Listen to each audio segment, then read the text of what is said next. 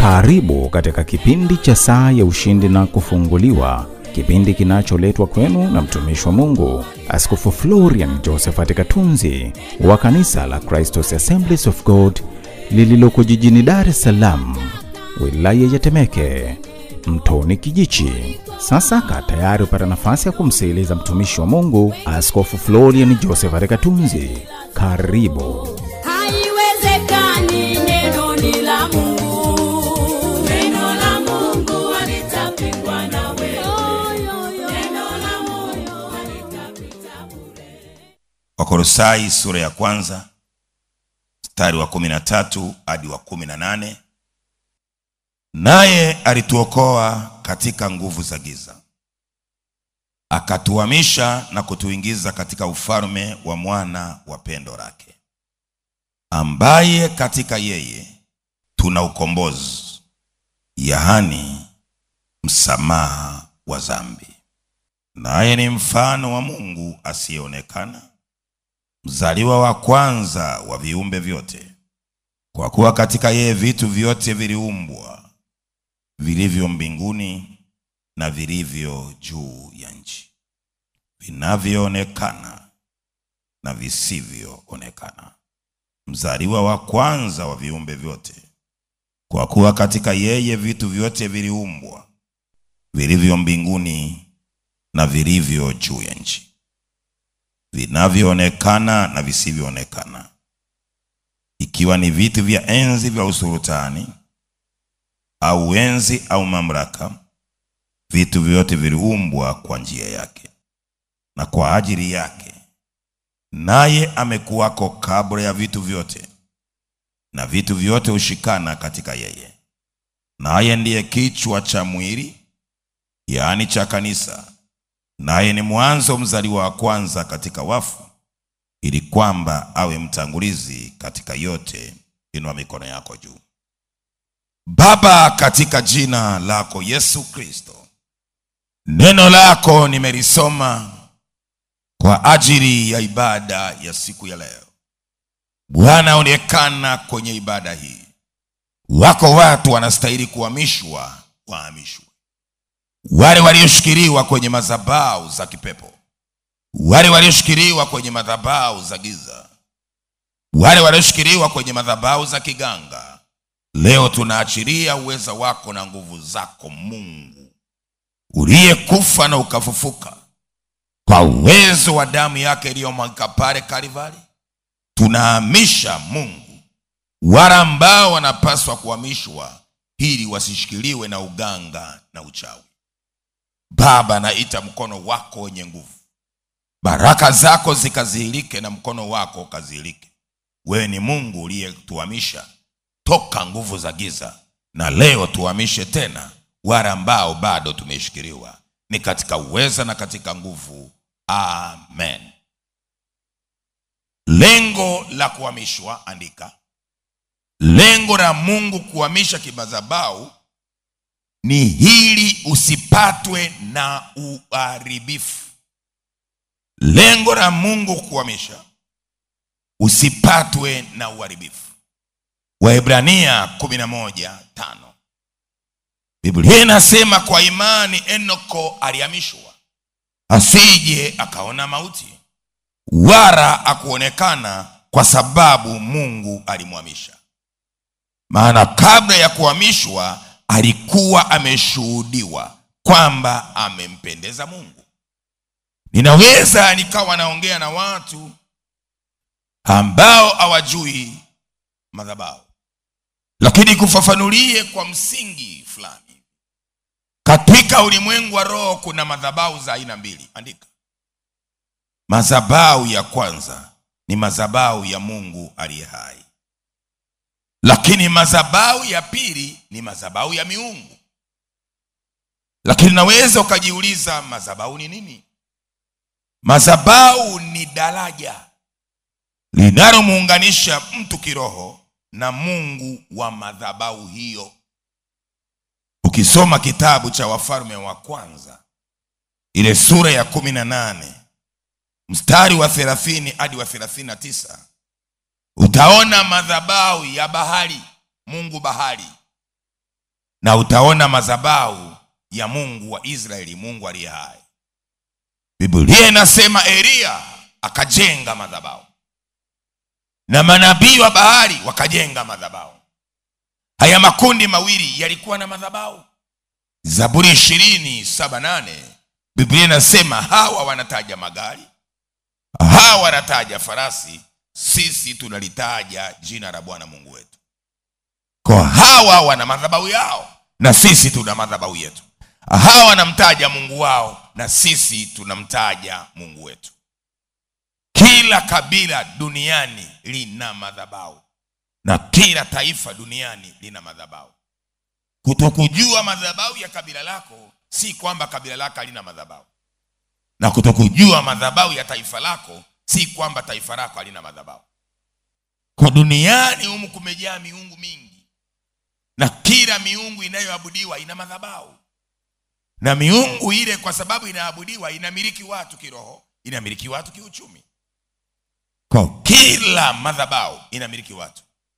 Ndio maana ukisoma hiyo Wafalme wa kwanza 18:30-39 Elia anawaambia muiteni Mungu wenu. Labda ana kazi, labda amelala, labda yuko bize, muite tuone kama atajibu kwa moto. Biblia inasema manabii wa Baali wapatao 400 walijikatakata. Kisha Elia akawaambia watu wote, nikaribieni mimi, na watu wote wakamkaribia. Bwana asifiwe. Na watu wote wakamkaribia. Akaitengeneza madhabahu ya Bwana iliyovunjika. Elia akatoa mawe 12 kwa hesabu ya kabila za wana wa Yakobo. Mawe 12 sawa sawa na kabila. Taifa la Tanzania linaundwa na makabila 127. Hawa wakaweka jiwe lao, kila jiwe linawakilisha kabila. Elia akatoa mawe 12 kwa hesabu ya kabila za wana wa Yakobo, aliyejiliwa na neno la Bwana na kuambiwa jina lako utaitwa Israeli.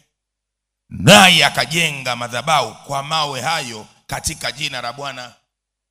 Kwa kama ingekuwa Elia yuko hapa, maana yake angeenda Tanzania nzima hii anatafuta jiwe. Jiwe la kabila moja anaweka, la kabila la pili anaweka, la kabila la tatu anaweka, mpaka apate mawe 127. Haya mawe yalikuwa yanatoka kwenye ardhi ya kabila. Kwa kama angekuwa ni Elia yuko hapa, angeenda Tanzania nzima kwenye ardhi ya kila kabila, anachukua jiwe la kuja kujengea madhabahu ya kitaifa. Akaokota mawe 12 sawa sawa na kabila 12. Kabila 12 zilikuwa zikai sehemu moja, walishaingia wakapewa urithi wao. Kwa kila kabila alifata kwenye urithi wao mahali ambako wao Mungu amewapa kumiliki kama kabila. Akafanya mifereji kwa vipimo vile vya mbegu, akaizunguka madhabahu na kuzipanga zile kuni. Akamkata yule ng'ombe vipande, akamweka juu ya madhabahu. Bwana Yesu asifiwe. Kwa hapa unaiona madhabahu ya Mungu aliye hai. Elia anaijenga, lakini anaijenga kwa kanuni zake. Kwa kitaka uyaelewe haya, nimeandika kwenye kitabu hiki. Lakini na wale manabii wa Baali na wenyewe walikuwa wana declare ama wanatangaza kwamba Mungu Baali ndiye Mungu, na wenyewe wakajenga madhabahu kwa mawe 12. Kwa hapa ni madhabahu mbili zinashindana, zote zinagombea watu ajibuye kwa moto awe ndiye Mungu. Watu wakanyamaza. Kasome Wafalme wa kwanza 18. Elia anawaambia mtasita katika mawazo mawili mpaka lini? Kama Mungu Baali ndiye Mungu, mwabuduni yeye, na kama Mungu wa Israeli ndiye Mungu, mwabuduni yeye. Naweka muhtasari, sio kila mtu anaelewa haya mambo. Kwa Elia akasema na ijulikane leo. Kwa maana yake Mungu anataka jitambulishe upya kwamba yupo tena katika Israeli. Hasa wewe baba, we mama ulioko nchi za kwetu, hauwezi ukapuuza kusoma maandiko kama haya. Tunaposema Kristo ametuhamisha, kutoka wapi? Anasema kutoka katika nguvu za giza zipi? Ndio swali langu mimi. Kwa kwa sababu nguvu za giza haziwezi kuwa uniform. Ila jina lake zinaitwa nguvu za giza. Kwa watu wengi wameshikiliwa na nguvu za giza kutokana. Nguvu za giza zinamshikilia mtu kwa sababu inayotokana na asili yake ya kuzaliwa. Ezekiel 16 ule mstari wa 1 hadi ule wa 9. Kisoma hayo maandiko yanataja asili yako ya kuzaliwa inatoka kwa we baba, we mama, we kijana, we binti. Asili yako ya kuzaliwa kikabila, asili yako ya kuzaliwa kitaifa, asili yako ya kuzaliwa kikukoo, asili yako ya kuzaliwa kifamilia, unaweza kuwa mlango halali wa kukufanya wewe ushikiliwe na miungu. Kwa anasema nenda kaiambie Yerusalemu asili yake ya kuzaliwa inatoka kwa Mkanani. Kwa hapa lilikuwa linaongelewa eneo linaitwa Yerusalemu, ambako wana wa Israeli wameenda kurithi ardhi ile. Eneo ile ni la Wakanani. Kwa walipoingia ardhi ile hawakuitakatifuza, ikawameza. Kwa Bwana akawa anaangalia watu wake, anaona wana tabia za Wakanani, wana tabia za Waiti, wana tabia za Waivi, wana tabia za Wagirigashi, wana tabia za Waamori. Wamezipata wapi? Kwenye eneo linaitwa Yerusalemu. Kwa hapa anataka uelewe, nenda kaiambie Yerusalemu. Yerusalemu ni mji. Nenda kaiambie Dar es Salaam, nenda kaiambie Mwanza, nenda kaiambie Morogoro, nenda kaiambie Tanga, asili yake ya kuzaliwa inatoka kwa Bwana sifiwe. Kwa asili ya kuzaliwa ya eneo, asili ya kuzaliwa ya mtu ni ya muhimu. Kwa Bwana akasema ulipozaliwa kitovu chako hakikukatwa. Kwa wale watu ambao wanafahamu mliozaliwa, mnafahamu kabisa mpaka leo mambo haya yanaendelea. Mtoto anazaliwa nyumbani wanasema leta kitovu. Kwa nini? Wamuingize kwenye asili za ukoo, asili za kabila. Kitovu kinadaiwa kitoke hapa kiende nyumbani, wamuingize kwenye mfumo. Kwa hapa unaona anasema kitovu kimetajwa Ezekiel 16. Wewe unaweza ukasema mambo ya kitovu hakuna. Sema tu. Kiburi ni kibaya sana. Kuna watu hawasomi maneno, hawasomi maandiko, na kama wanayasoma basi hawayaelewi, wanakaa kutoa povu. Kwa ukiona wanakudai kitovu, wana sababu. Wanakudai nywele, wana sababu. Lakini sababu kubwa ni kukuingiza kwenye madhabahu yao. Usomeke. Kwa asili ya kuzaliwa inaweza kumfunga mtu. Kwa ni vizuri wale ambao tumezaliwa na wale ambao watazaliwa kuangalia jinsi gani ya kushughulika na hili lango la asili ya kuzaliwa. Usipoliangalia hilo eneo, utajua unakoelekea. Ndio maana ni rahisi ukaota mandoto ya ajabu ya watu waliokufa, ukaota huko kijijini, ukaota huko mashambani kwenu, lakini wewe uko Dar es Salaam. Ni kwa sababu mlango ni asili ya kuzaliwa. Sio kwamba waliokufa wanakufuata Dar es Salaam. Wewe ni roho na wao ni roho. Mizimu ni watu waliokufa, ni roho za watu waliokufa. Lakini sababu ya pili ya mtu kushikiliwa kimadhabahu, mlango ambao unaweza ukatumika, mlango wa pili ni mlango wa kiibada. Kwa hapa kuna ibada zifanywazo kwa kuabudu miungu. Ukashiriki hiyo ibada, automatically wewe umeingia, umekubali Mungu wa madhabahu hiyo ndiye Mungu wako. Kitabu cha Hesabu sura 25 mstari wa 1 hadi ule wa 13. Biblia inasema basi Israeli akakaa Shitimu, kisha watu wakaanza kuzini pamoja na wanawake wa Moabu, kwa kuwa waliwaalika hao watu waende sadakani, sadaka walizowachinjia miungu yao. Watu wakala chakula, wakaisujudu hiyo miungu yao. Ikawa Israeli kujiungamanisha na bahari Peori hasira ya Bwana ikawaka juu ya Israeli. Sema amina. Kwa hawa watu wa Mungu hawa waliookoka hawa, wakati wanasafiri wanaelekea katika nchi ya ahadi, wakafika kwa ndugu zao wanaitwa wa Moabu, ni wana wa Rutu. Wakawakaribisha ndugu zao, na Rutu ni ndugu yake Ibrahimu.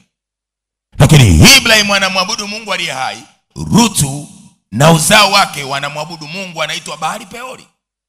Kabila lao ni moja, wote ni Wakaldayo, lakini swala la kuabudu wametofautiana.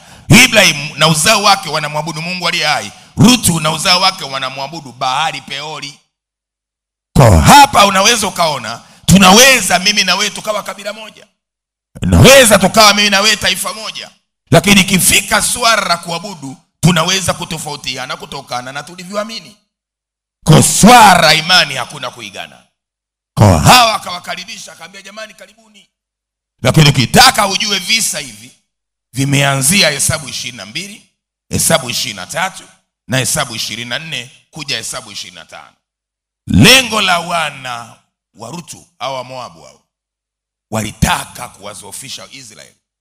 Wakajaribu kuroga ikashindikana, wakajaribu kufanya uganga ikashindikana. Mwisho wakapata mtaalamu fundi anaitwa Baramu. Baramu akawaambia hawa hawarogeki, Mungu wao ni Mungu aliye hai. Mkitaka muwapate, wafarakanishe kwanza wao na Mungu wao. Mungu akisha waacha tutawatandika.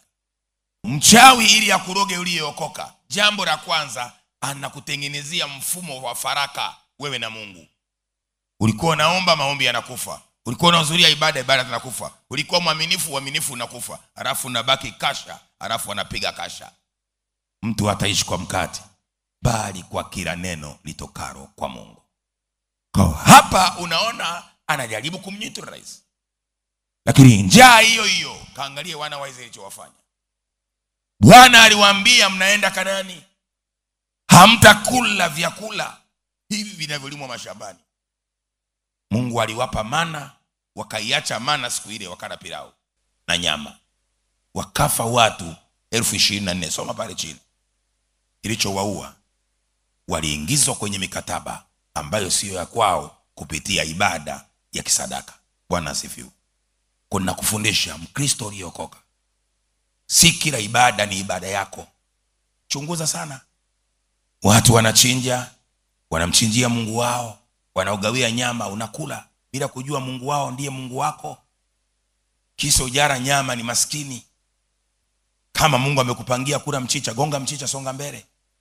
Nyama ya siku moja inaweza kukuondoa kwa Mungu, hawa ili waondoa. Najaribu kufundisha, kwa si kila ibada inaitwa ibada ni ibada.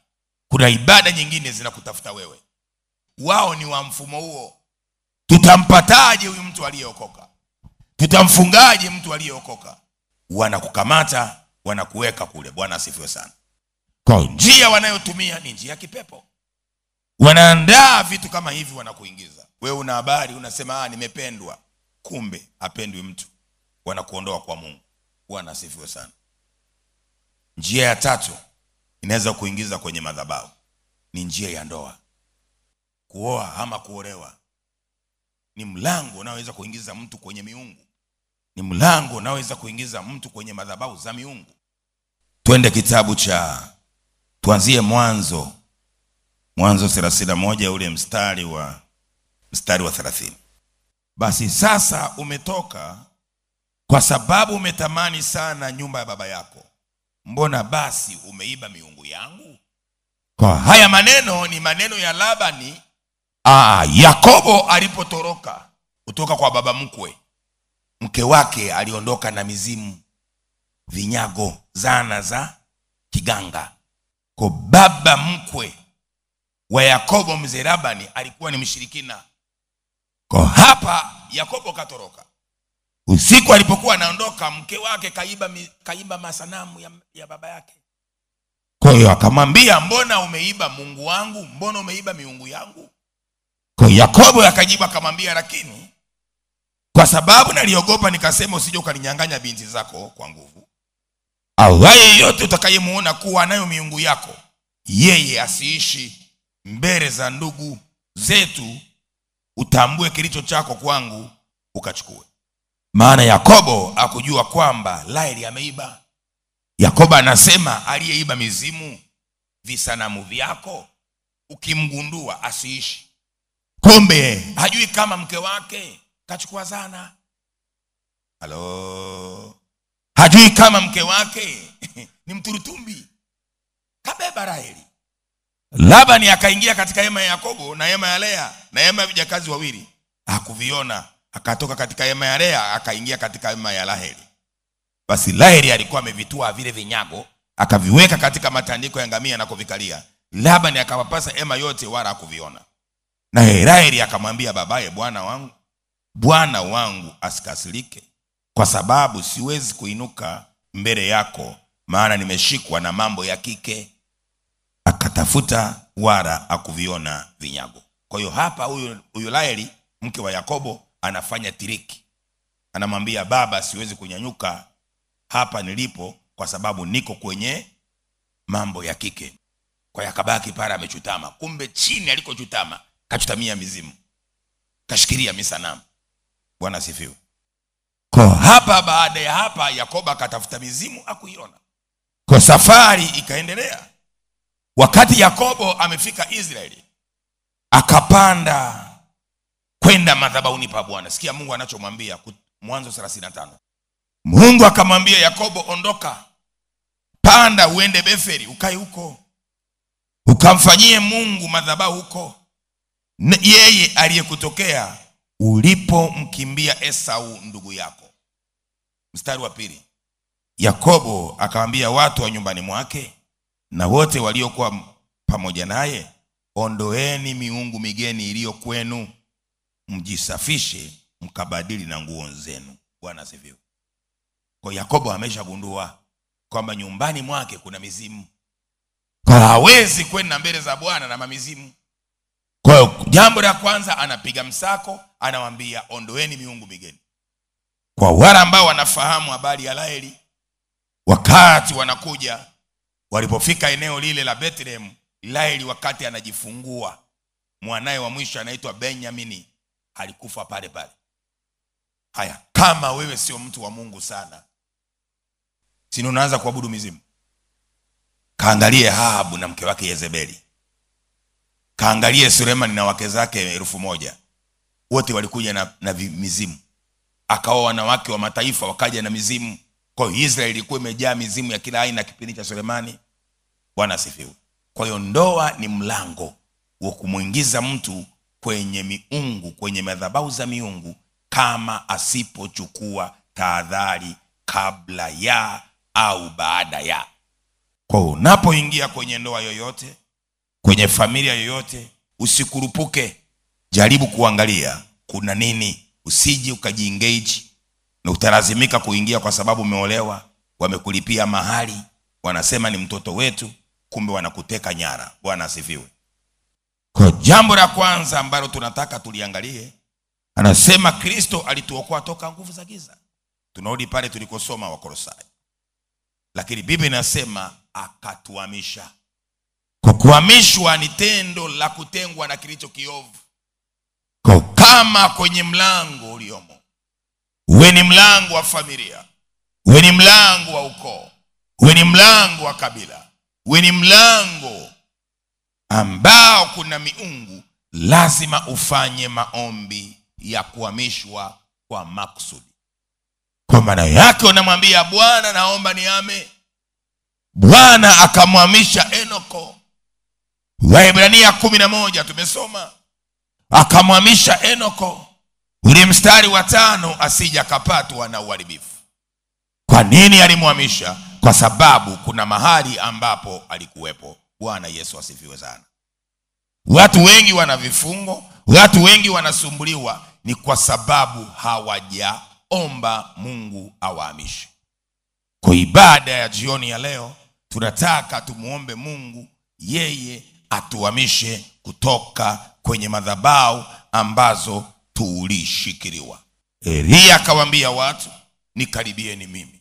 Kwa unapokuja mbele za Bwana, unamkaribia Mungu, naye Mungu atakuhamisha kama unataka uhame. Mikakati 7 itakayo kusaidia kushinda kushindwa kwa kumuomba Mungu akuhamishe kimadhabahu. Mkakati wa kwanza, chunguza wewe ni nani kutokana na asili ya kuzaliwa, kutoka kwa baba na mama. Kwa eneo hilo tunaliangalia kabila lako, tunaangalia ukoo wako, tunaangalia familia yako, tunaangalia na taifa lako. Yohana sura ya 3 mstari wa 1 hadi wa 12.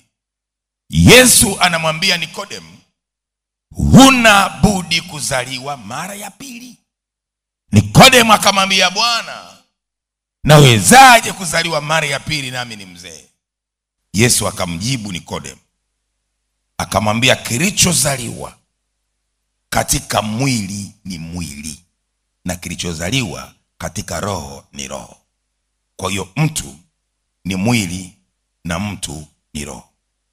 Kwa tunaposema uangalie asili yako ya kuzaliwa, kiroho kwenye ukoo wenu kuna nini? Kiroho kwenye kabila lenu kuna nini? Kiroho kwenye familia yenu kuna nini? Kiroho kwenye taifa lako kuna nini?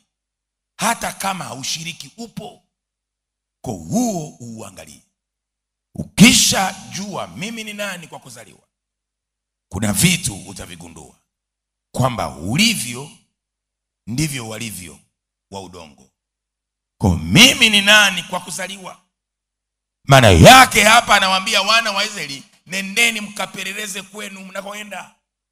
Lengo uwe na ufahamu kwamba ninapopigana vita napigana na nani. Huwezi ukapigana vita bila kujua unashindana na nani. Ndio maana unasoma kwenye Biblia unakuta anakutajia Mungu bahari, Mungu Ashtoreshi. Kwa ukijua mimi ni nani kwa kuzaliwa, maana yake itakupa nafasi ya kuweza kujua jinsi gani ya kupambana.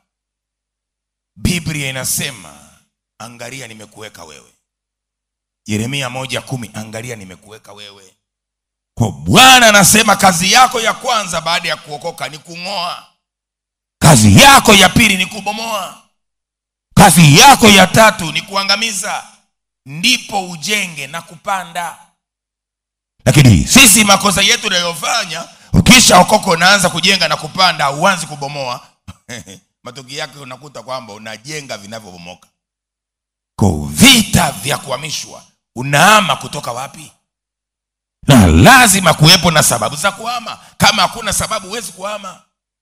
Kwa leo mtu akikuuliza kwa nini umeokoka, lazima utakuwa na sababu ya kuokoka. Huwezi ukasema tu kwamba nimeokoka tu, hapana, kuna sababu.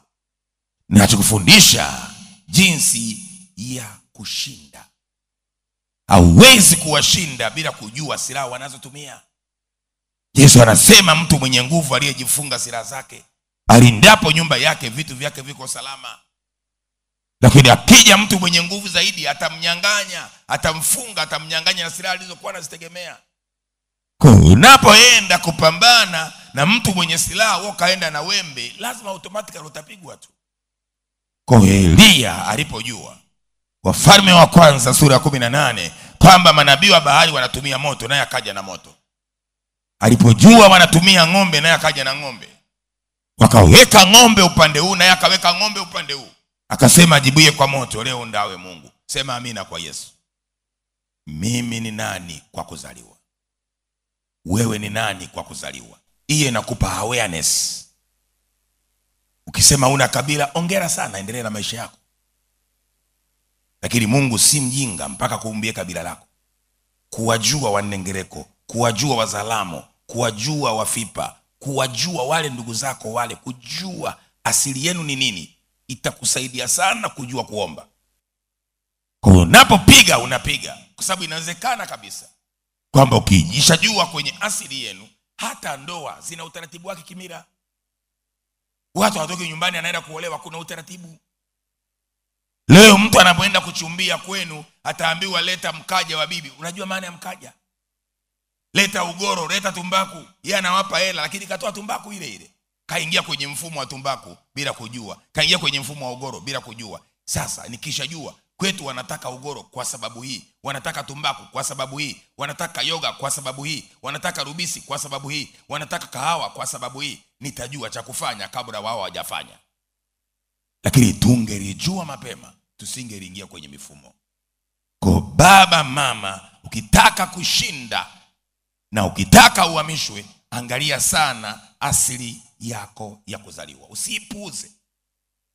Kwa kama unajua kwamba nyinyi ili mpate hela lazima uingie kwenye nyaruju, lazima niingie humo ndani niseme ninachosema ndipo nipate hela, sasa siingii, naenda kwa Yesu. Unamwambia Mungu, kuna nyaruju Kagera, walitaka niende kule, siendi, na kuabudu wewe Mungu. Manake Mungu wako na Mungu wa nyaruju wanazipiga, utapata ushindi automatically. Kwa hii mkakati wa kwanza utakusaidia kujua mahali pa kusimama, itakusaidia kuwa na maombi ya kuomba. Isaya 22:22 anasema waziwazi kwamba na ufunguo wa nyumba ya Daudi imeweka begani mwake, nawe utafunga, hakuna atakayefungua. Sasa unamfunga nani na unamfungulia nani? Kama haujui kwamba kuna maroho ya kufunga, utayafungaje dada? Kama hujui kuna maroho ya kufunga, utayafungaje baba? Lazima kwanza ujue kuna vya kufungwa na kuna vya kufungulia. Kwa kama wao wamekufungia usipate chochote, maana yake wewe unawafungia, unawanyang'anya kile walichokifunga unakipata. Lakini kama hujui vita vyako, huwezi kupigana. Mkakati wa pili. Kwa mkakati wa pili, uwe na imani thabiti utakayoitumia katika kuhamishwa kimadhabahu. Uwe na imani thabiti isiyo yumba yumba, itakayokusaidia wewe kuitumia hiyo imani thabiti upate kuhamishwa kimadhabahu. Waebrania 11:5. Kwa imani Enoko alihamishwa asije akaona mauti, wala akuonekana kwa sababu alimuhamisha, maana kabla ya kuhamishwa alikuwa ameshuhudiwa kwamba amempendeza Mungu. Bwana asifiwe. Kwa hapa tunamuona Enoko, Biblia inasema kwa imani. Kwa imani ndiyo iliyotumika. Hatuwezi kupambana na madhabahu za miungu bila imani. Imani ndiyo inayotumika kuzima mishale ya adui. Imani ndiyo utakayotumia baada ya kuelewa, unaamini kabisa kwamba sasa vita hii naipigana kwa imani, na nitashinda kwa imani, na nitavuka kwa imani, na nitavumilia kwa imani. Kwa imani yako inapotikiswa, unaposema nashindana na miungu, lazima uwe na imani. Ukipoteza imani, umepoteza kesho yako. Ukipoteza imani, hauwezi kuhamishwa. Enoko alikuwa na imani. Kwa Bwana alipoiona imani ya Enoko akamhamisha. Kwa baba mama, uwe na imani. Waebrania 11:1, imani ni kuwa na hakika. Kwa usiingie kwenye vita bila kuwa na hakika. Usiingie kwenye vita bila kuwa na tarajio la kushinda. Hatuokoki kwa kubahatisha, tunaokoka kwa kumaanisha.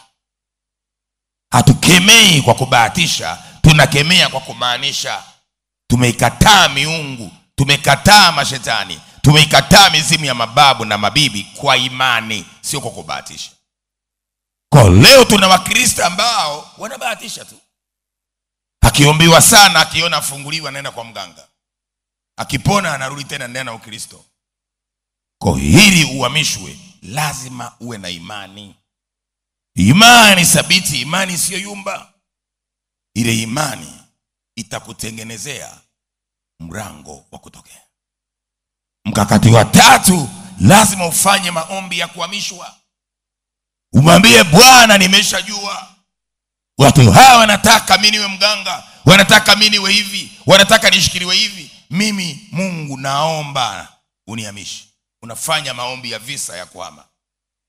Kitabu cha Mambo ya Nyakati wa Kwanza sura ya 4 mstari wa 9 hadi wa 10, tunamuona Yabesi anafanya maombi ya hamishwe. Na Yabesi alikuwa mwenye heshima kuliko nduguze, na mamaye akamuita jina lake Yabesi akisema, ni kwa sababu nalimzaa kwa huzuni. Huyo Yabesi akamlingana Mungu wa Israeli akasema, Raubu, kwamba ungenibarikia kweli kweli na kuzidisha ozi yangu, na mkono wako ungekuwa pamoja nami, na ungenilinda na uovu, ili usiwe kwa huzuni yangu. Naye Mungu akamjalia hayo aliyoyaomba. Bwana asifiwe sana. Kwa hapa tunamuona mtu wa Mungu anaitwa Yabes. Ndugu huyu mtu wa Mungu, jina lake anaitwa Yabes, maana yake huzuni. Yabesi maana yake huzuni. Mama yake alimpa jina kwa sababu alimzaa kwa huzuni. Kwa hiyo Yabesi kadri alivyokuwa anakuwa, anaona mambo ya huzuni yanamzunguka. Shida, jina lake shida. Taabu, jina lake taabu. Majuto, anaona majuto. Masumbuko, anaona nasumbuka. Jina baya linamuua aliyelibeba. Kwa huyu ana jina lakini jina baya. Kwa kila anapokwenda anakutana na huzuni, kila anapokwenda na huzuni, kwenye ndoa huzuni, kazini huzuni, shuleni huzuni, kwenye biashara huzuni. Akasema kwa unapopewa jina pia angalia na hilo jina lina maana gani. Kuna wengine mna majina hapa ni masumbuko, utasumbuka kweli. Jina lako ni tabu, utataabika kweli. Jina lako shida, utakuwa shida kweli. Jina lako kibakuli, utakuwa kibakuli kweli kweli. Kuna majina yanaambatana na roho aliyekupa, na sababu mama yake Yabes alikuwa na sababu. Anasema mtoto huyu ni huzuni. Akamwambia, Bwana, naomba unibariki kweli kweli. Anasema, lao Bwana ungenibariki kweli kweli, ukaniondolea huzuni hii inayonitesa. Maana yake ukanihamisha kiroho, ukanihamisha kimaisha, ukaniondoa kwenye maisha ya huzuni. Bwana ukanibarikia. Biblia inasema Mungu akasikia maombi ya Yabesi, sio maombi ya mama yake. Na Mungu atasikia maombi yako, sio maombi ya babu yako, sio maombi ya bibi yako, sio maombi ya shangazi yako, sio maombi ya mjomba wako, sio maombi ya jirani yako. Mungu atasikia maombi yako endapo naomba. Babu alisema kafa na wewe, bibi alisema kashakufa. Sasa ni wakati wako wae kusema uliye hai. Sababu mbaya wengi tunahangaika sababu unamuota marehemu, unafikiri marehemu ana nguvu kuliko wewe. Hapana. Marehemu anatokea usiku, anataka ujue kwamba mshindani wako ni marehemu bibi, mshindani wako ni marehemu fulani anayetokea. Maana yake tangaza vita wewe ukiwa hai, yeye akiwa kaburini. Wewe unasema naota ndoto mbaya, unatingisha kichwa. Endelea kutingisha kichwa. Yabes akaomba akamwambia Mungu nibariki. Baraka zinaombwa, heshima inaombwa, cheo kinaombwa, utajiri unaombwa, maisha mapya yanaombwa. Lazima kanisa liombe. Anayeamini aseme amina kwa jina la Yesu. Omba. Kwa hapa tunaona Yabes anaomba, anamwambia Mungu nihamishe. Wewe leo unahangaika uombi, saa ya kuomba unataka uombewe. Yabes aliomba mwenyewe. Kuna vitu vingine ni vya kwenu, vinataka tamko lako wewe muhusika, sio tamko la mchungaji.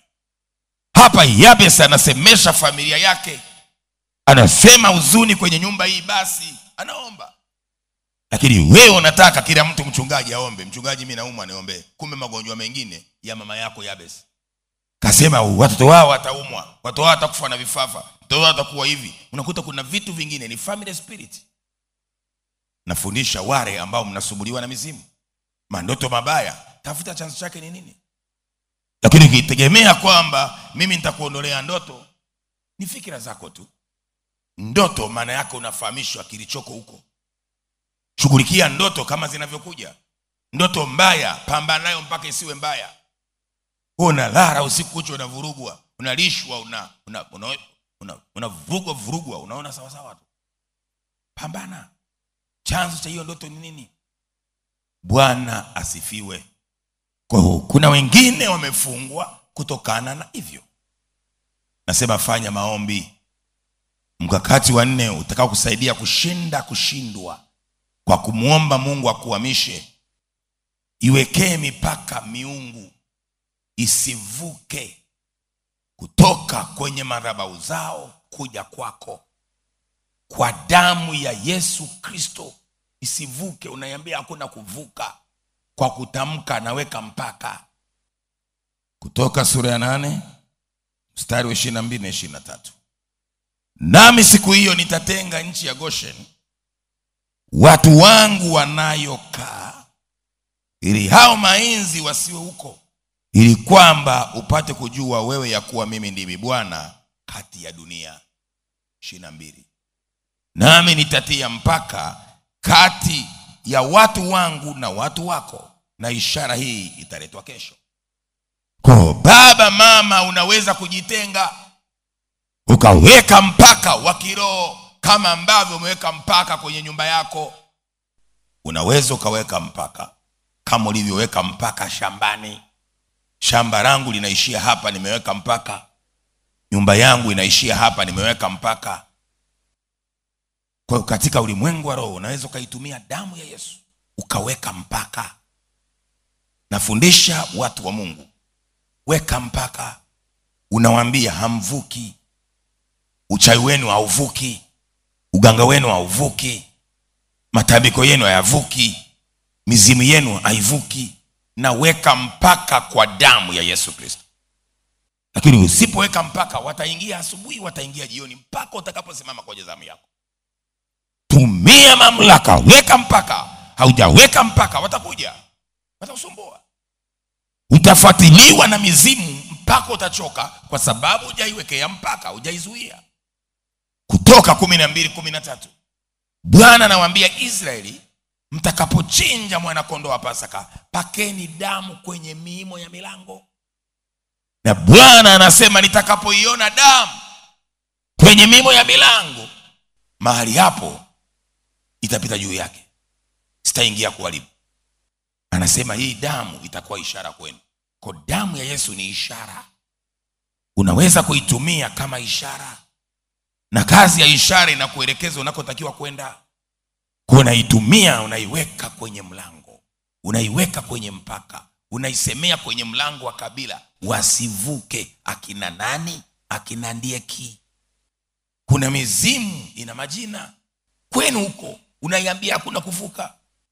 Unaweka mpaka wa damu ya Yesu, inafika pale inakutana na damu, inarudi. Kwa nini? Umezuia. Mathayo 16:18 anasema, nakupa wewe ndiye Petro, na juu ya mwamba huu nitalijenga kanisa langu, na milango ya kuzimu haitalishinda kanisa. Mstari wa 19, nakupa wewe funguo za ufalme wa mbinguni. Utakalolifunga litafungwa, utakalolifungua litafunguliwa. Wewe unasema namwachia Bwana, endelea kumwachia. Kwa wajinga ndio wali wao. Mahali pa kufunga ukamwachia Bwana, Mungu hajai kufanya kazi ya kijinga. Kwa kuna mahali unatakiwa usimame ufunge miungu.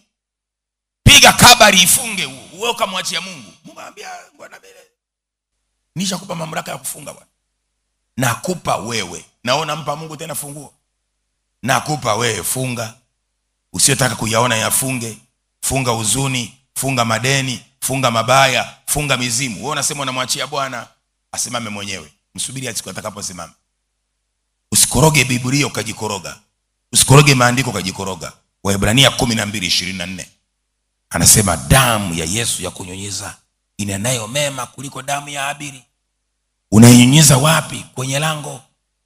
Unamwambia Bwana, kwenye lango la kabila kuna miungu, kwenye lango la ukoo kuna mizimu, kwenye lango la hii kuna hiki. Mungu, nanyunyiza damu inenayo mema. Kwa hiyo ile damu ya kunyunyiza inenayo mema kuliko damu ya Habili, ile damu itanena kwa habari ya wokovu wako, kwa habari ya haki yako. Utajikuta umehamishwa, uharibifu hautakupata, sawa sawa na Zaburi ya 91:10-12, mabaya hayatakupata wewe. Haki na wajibu vinakwenda pamoja. Usidai haki wakati wajibiki. Kasome Isaya 62 mstari wa 6 na wa 7, anasema, nimeweka walinzi juu ya kuta zako, Yerusalemu, hawatanyamaza usiku wala mchana. Na anasema, msikae kimya wenye kumkumbusha Bwana, mpaka mtakapokuwa imara, mtakapokuwa na amani, mtakaposhinda. Isaya 62:6-7. Nimeweka walinzi juu ya kuta zako Yerusalemu. Baba, mama, wewe ndiye mlinzi wa familia, simama imara. Lakini wewe unalala tu. Mlinzi analala. Tangu lini analala mlinzi? Usiporinda ndoa yako utaiona. Usipolinda biashara yako utaiona. Usipolinda familia yako utaiona. Umepewa mamlaka na nafasi ya kulinda, lazima uwe mlinzi. Mkakati wa 5, uwe mlinzi unayesimama katika zamu yako. Isaya 62:6-7. Biblia inasema Mungu asinzii wala halali. Unalinda lango ili miungu isipite. Unalinda lango ili mabaya asipite. Unalinda lango ili adui asipite. Unalinda. Ezekiel 22:30. Nami nikatafuta mtu miongoni mwao atakaye simama mbele zangu. Kwa Mungu anataka usimame mbele zake. Haujasimama Bwana. Atakaye simama mbele zangu na kulitengeneza boma. Boma maana yako unaweka security fence mahali palipobomoka. Lakini Bwana anasema nikastaajabu kwa sababu sikuona mtu. Kama hakuna mtu anayeombea familia, mtageuzwa kuwa kapeti. Kama hakuna mtu anaombea taifa, mtageuzwa kuwa kapeti. Lazima maombi yatembee. Lazima ibada zifanyike. Lazima usimame katika zamu yako, ndipo utaweza kuona jinsi Mungu anavyoweza kukuhamisha. Lakini tukisema leo tunahamisha, tunashangilia tu, unahamaje wakati umeshikiliwa? Kuhama ni mchakato. Kristo alitokoa toka nguvu za giza, mkato, akatuhamisha, mkato, akatuingiza. Kwa kuna procedure 3 kwenye wokovu. La kwanza unaokolewa, la pili unahamishwa, la tatu unaingizwa kwenye mfumo wa ufalme wa mbinguni. Kwa hapa tupo kwenye kuhama tu, hatujaingia kwenye mfumo wa ufalme wa mbinguni. Narudia, Wakolosai 1:13 inakutajia maeneo 3 kwenye wokovu. Kuna mifumo 3. Mfumo wa kwanza ni kuokoka. Ukiokoka unapewa mamlaka ya kimungu, unakuwa mwana wa Mungu na haki zote. Hatua ya pili ni ya kuwajibika. Lazima uombe Mungu akuhamishe toka ulipo kwenye position hiyo. Panahitajika hayo mambo, mikakati hiyo nayo kuambia ndiye tafanya uhame. Huwezi kuhama kwa sababu umelala kanisani. Huwezi kuhama kwa sababu umebatizwa tu. Huwezi kuhama kwa sababu unaimba. Kuna responsibilities ambazo zinakufanya wewe qualify kuhamishwa. La sivyo utaendelea kushikiliwa na haleluya zako. Haleluya peke yake haiwezi kuokoa. Yesu amesema nimewachagueni nyinyi 12, mmoja wenu shetani. Alipataje? Alimchaguaje shetani? Maana anajua na shetani huwa yumo kwenye msafara. Ukitaka kuwa shetani utakuwa shetani, na ukitaka mtu wa Mungu utakuwa mtu wa Mungu. Hayaangalie makanisa yale yalifia wapi? Yalifia kanisani. Ni kanisa likafia kanisani, waumini wakafia kanisani. Kwa nini? Hawakuwajibika pale ambako walitakiwa kuwajibika. Kwa lazima kuwepo na wajibu. Kwa hiyo mkakati wa huo ni lazima uwe mlinzi. Nikatafuta mtu miongoni mwao. Miongoni mwa kina nani? Miongoni mwenu nyinyi watu wa familia ile, watu wa ukoo ile, awepo mtu anayesimama kuhamisha. Muhamishe kaka yako toka baa, muhamishe mama yako toka kwenye ugoro, hamisha baba yako toka kwenye tumbaku, hamisha familia yenu wasiwe ni watu ambao wanaitumikia miungu. Maana yako kiokoka, ombea na ndugu zako. Lakini wewe unasema watajijua wenyewe hawa mashetani. Hakuna shetani pale. Na wewe mwenyewe ulikuwa shetani kabla ya hapo. Kwa hiyo usiwe na roho mbaya, usiwe mkoroga sumu. Fahamu Mungu amekutoa wapi na unawajibika kufanya nini. Bwana asifiwe. Leo unaweza kaona ndugu zako ni wabaya kwa sababu hujitambui ulikotoka. Lakini ungejua na wewe ulikuwa mla ugoro, usingegombana na wana ugoro sasa. Bwana asifiwe. Mkakati wa mwisho kwa leo, wa 6, utakao kufanya ushinde kushindwa kwa kumuomba Mungu akuhamishe kimadhabahu. Ni mkakati gani utakaotumia sasa? Kuwa na ibada endelevu. Ibada endelevu zinaleta ushindi endelevu. Usirizike na ibada. Endelea kuabudu, endelea kusali, endelea kumtafuta Mungu. Ushindi endelevu unaleta baraka endelevu. Kwa uwe na ibada endelevu. Leo naombewa hapa, kesho unakimbilia kule. Leo naombewa hapa, kesho unaibukia kwa mchungaji mwingine. Kwa ni lazima utulie. Kama mchungaji unamuelewa, kaa kwa mchungaji wako. Utakuwa unachanganya mafaili, utafunguliwa. Kwa sababu leo mimi nasema hivi, ukienda kwa kesho mwingine anakuambia kula chumvi, kula maji. Kama chumvi na maji kwa mchungaji wako vinafanya kazi, baki huko kale maji kwanza. Ukitoka toka moja kwa moja. Usichanganye mafaili, mnakuwa confused. Tuna Wakristo ambao hawana imani. Kuna imani za ajabu, watu mpaka wanadungwa sindano za mambo ya ajabu sana. Sasa shida si mwanafunzi, ni mtafuta miujiza. Kama unatafuta miujiza, wewe endelea kufukuza mpaka utaiona. Lakini mimi hapa nafundisha kitu ambacho ukikifuatilia na ukaenda nacho na ukatulia ukafundishwa, kesho unafunguliwa. Lakini kufunguliwa ni mchakato. Hatufungui mtu kuamka asubuhi anafunguliwa. Ndio maana hapa anafungua kwanza akili. Kuna wengine mmekataa kuangalia mlikotoka. Kuna wengine mmekataa kuangalia asili zenu. Kuna wengine mmekataa mambo fulani fulani. Unafikiria kwamba wokovu ni kuchukua shati na kuvaa. Hapana. Yesu asingekaa miaka 33. Yesu amefanya kazi miaka 3 tu. Miaka 30 alikuwa anafanya kazi kama binadamu wa kawaida. Analima, anafuga. Fundi seremala yule, carpenters. Leo tukikwambia ufanye kazi unasema unaenda mbinguni. Yesu mwenyewe kapiga mzigo hapa duniani. Alikuwa fundi seremala yule. Na karakana yake ipo. Ukienda Israeli ipo pale Nazareti. Alikuwa anafanya kazi ya seremala. Leo nataka ukoke ule kama ndege wa angani. Nani kasema unakula kama ndege wa angani? Kama Yesu mwenyewe akula kama ndege wa angani, wewe unakulaje kama ndege wa angani? Andiko huwa andiko huisha. Sema amina kwa Yesu. Kutoka 17:8 hadi 16. Wakati wana wa Israeli wanasafiri kutoka nchi ya Misri kuelekea nchi ya ahadi. Safari yao ilichukua miaka 40. Wanakwenda kwenye promised land, hawajafika. Walifika mwaka wa 40. Wewe unaamka asubuhi unataka muujiza, jioni unataka muujiza. Wenzako waliutafuta muujiza miaka 40. Biblia inasema watu wakafa moyo kwa sababu ya ugumu wa njia. Kwa njia ya wokovu ni njia ngumu. Inahitaji ufunge, inahitaji kuomba, inahitaji kukesha.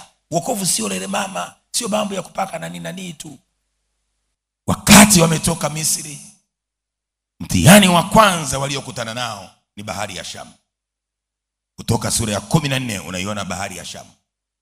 Watu wakalia wakamwambia Musa, umetutoa tuje tufie hapa jangwani.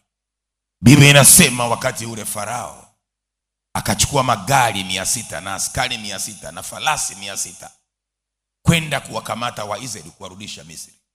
Kutoka 14 mstari wa 10, walipoinua macho wakaona jeshi la Farao linawafuata. Imani ikayeyuka.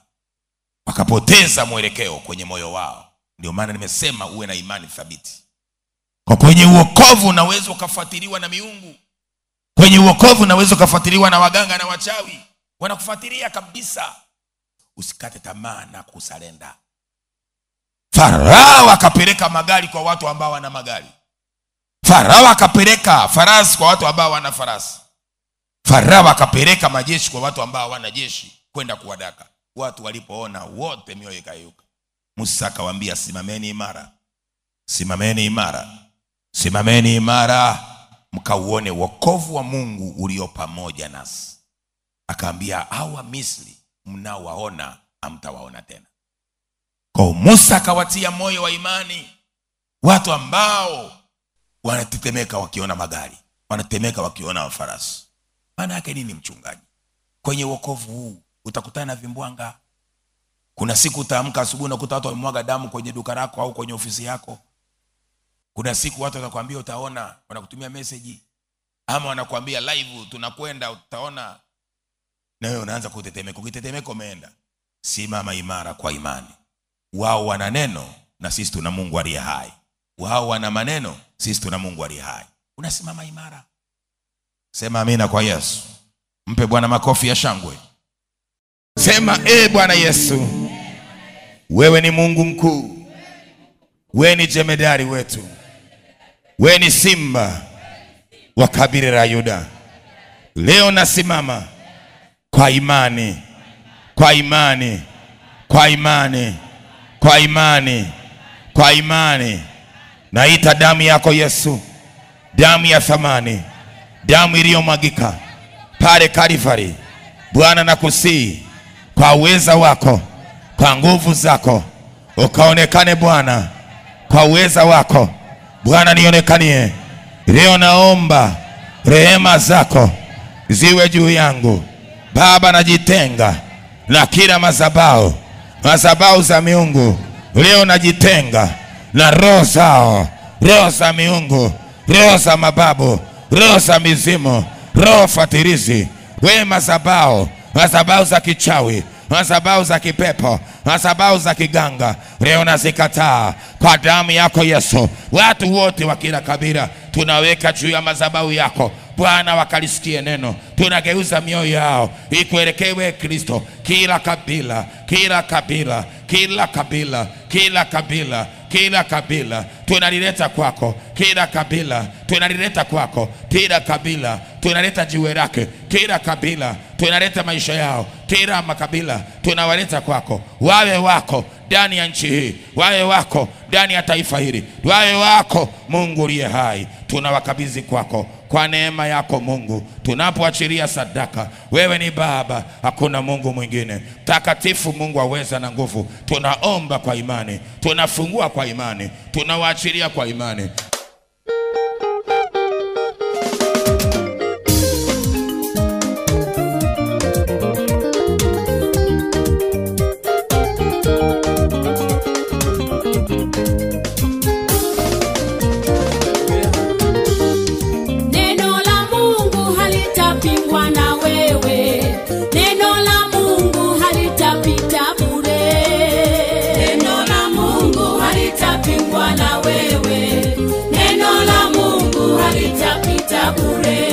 Ulikuwa ukimsikiliza mtumishi wa Mungu Askofu Florian Josephat Katunzi wa kanisa la Christos Assemblies of God lililoko jijini Dar es Salaam, wilaya ya Temeke, Mtoni Kijichi. Aidha, waweza kushiriki nasi katika ibada siku ya Jumamosi. Ibada inaanza saa 2 asubuhi hadi saa 7 mchana, na Jumapili ibada ya kwanza inaanza saa 12 asubuhi hadi saa 2, na ibada ya pili inaanza saa 2 asubuhi hadi saa 7 mchana. Vile vile waweza kufuatilia ibada zetu kwa kupitia akaunti yetu ya Maranatha Online TV na katunzi.co.tz. Aidha, waweza kushiriki katika kuipeleka injili ya Yesu Kristo kwa kupitia sadaka. Waweza kushiriki nasi kwa sadaka kwa nambari za simu zifuatazo: 0754367826 na 0718267171. Kwa moyo mkunjufu sana ni kualike katika ibada kila siku ya Jumamosi na Jumapili. Nikutakia usikivu mwema wa vipindi vinavyoendelea. Ukae na amani ya Bwana wetu Yesu Kristo, Alfa na Omega. Amen.